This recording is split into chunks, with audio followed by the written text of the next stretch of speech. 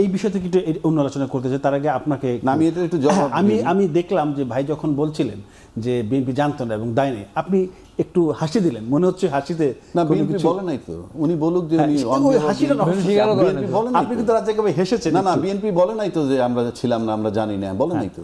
রাজ্জাক ভাই কেন হেসেছে বলবো? আচ্ছা আমি বলি অফিয়ার অ্যাকসিডেন্ট ভাই, রাজ্জাক অফিয়ার বলতেছিল যে জামাত আসলে পরে এটা বন্ধ সেটা হতো, আমি যখন বলতে চাচ্ছিলাম আমি বলি অনিয়ারে গেলে বলতেন রাজ্জাক ভাই সুবিধার দিকে জামাত চারটা বিয়ে করে যায়, রাজ্জাকের বিয়ে দিতে পারতো আর কি। আমি বলি আপনি আমেরিকার সাথে তো চুক্তি হয়েছে, চুক্তি ছাড়াও যদি আমেরিকা বলে আমার কনসেন্ট ছাড়া তুমি রাশিয়াতে তেল কিনতে পারবে না, কিনতে পারবো? পারবো না। মুখে যতই গল্প করেন আমরা পারবো না। কেন বলছি এটা? এই চুক্তিটা করা ছাড়া বিকল্পই বা কী ছিল? কেন বলছি আমি, আমরা সবচেয়ে বেশি এক্সপোর্ট যারা করি, আমাদের থেকে যারা ইম্পোর্ট করে আমরা তো এক্সপোর্ট করি, সেটা কারা? আমেরিকা এবং ইউরোপ, এই দুইটা জায়গা। আর আমরা যাদের কাছ থেকে ইম্পোর্ট করি তার ভিতরে নাম্বার 1 চায়না, আর তারপর আসতে পারেন ইন্ডিয়া। এদের দুইজনের কাছ থেকে কিন্তু আমি শুধু ইম্পোর্ট করি, আমার এক্সপোর্টের জায়গা কিন্তু একটাই, আমেরিকা এবং ইউরোপ। আপনি যদি আজকে এই চুক্তি বাতিল করেন, যে বললো বোয়িং টোয়িং, চায়না কি বোকা? চায়না কতগুলো বোয়িং এর চুক্তি করছে? More than 500। India close two 500। ইন্ডিয়ার সাথে চুক্তি হয়েছে, যুক্তরাষ্ট্রের সাথে চুক্তি হয়েছে, প্রত্যেকের সাথে চুক্তি হয়েছে। এখন চুক্তি যার যার সাথে তার তার, সব চুক্তির ক্লজ যে সেম তা নয়। কে কিভাবে করছেন? মালয়েশিয়া চুক্তি করছে, বিভিন্ন দেশের সাথে তারা চুক্তি করছে।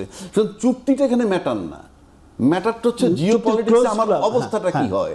আমি কালকে চুক্তি আমেরিকা বাতিল করে দিল, আমার এক্সপোর্ট হইল না, আমি কোন জায়গাটায় পড়বো? আর চায়না আমার কাছে কিছু নিবে? আমার তো এক্সপোর্ট করার কিছু নাই তাকে, ইন্ডিয়াও আমার এক্সপোর্ট করার কিছু নাই।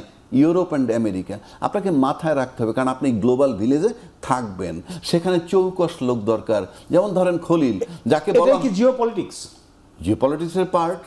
এখন আসেন আমেরিকা এখানে বসলো, কেন বসলো? সে তো তার প্রভাব চায়, এখানে বঙ্গোপসাগরের প্রভাব চায়, সারা পৃথিবীতে সে সর্বত্র বিরাজ করবে, ইজি অ্যাক্সেস রাখবে সব জায়গায়। কারোর সাথে যদি আর লড়াই লেগে যায়, ইজি অ্যাক্সেস যে সমস্ত জায়গাগুলো দরকার, সে বিভিন্ন আসপেক্ট তাদের আছে।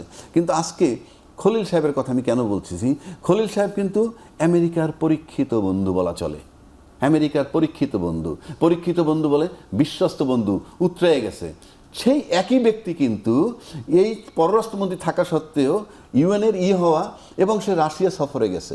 আপনি জিনিসটা ভাবেন, সে রাশিয়া সফরে গেছে, আচ্ছা সে চায়না সফর করছে, সে ইন্ডিয়া সফর করতেছে, অথচ আমেরিকার পরীক্ষিত বন্ধু। এই যে কোয়ালিটি, এই কোয়ালিটির লোক আমাদের দরকার। আপনি জিওপলিটিক্সে চায়না, ইন্ডিয়া, আমেরিকা সবার সাথে আপনাকে ব্যালেন্স করতে হবে। আপনি দেখেন তার্কির যে ফরেন মিনিস্টার আসছে, তার্কি ফরেন মিনিস্টারের বডি ল্যাঙ্গুয়েজ দেখছেন, তার্কি প্রত্যেকটা জিনিস একটা বার্তা। আপনি যখন ডিপ্লোমেট আসবে, ডিপ্লোমেটরা কিন্তু সব কথা মুখে বলে না। আপনি দেখছেন যে সেখানে কি বার্তা সে দিয়ে গেছে, সে কি বার্তা দিচ্ছে, সেখানে এখানে ব্যবসা বাড়াতে চায় এবং সাংস্কৃতিক যে এবং আপনি দেখেন সেই বিষয়ে একটা সমঝোতা হয়েছে, এবং সেটা আপনি তার্কি আসা আর আমেরিকা আসার ভিতরে আমি খুব একটা পার্থক্য পাই না, আমি ব্যক্তিগতভাবে। এটা হলো যদি আপনি জিওপলিটিক্সের সাথে সম্পর্কের ক্ষেত্রে ধরেন। এখন বাংলাদেশ হলো যেহেতু ভারতের পেটের মধ্যে, এখানে তার্কি কি করবে, তার্কি যা কিছু করুক, এটা ইন্ডিয়ার জন্য চিন্তার কারণ আছে, নাই যে তা না। এই যে চিন্তার কারণ আছে, সেইটাকে মিলে আমার সার্ভাইভ করাটা, আমার সার্ভাইভ করা, ভারতের সার্ভাইভ করা।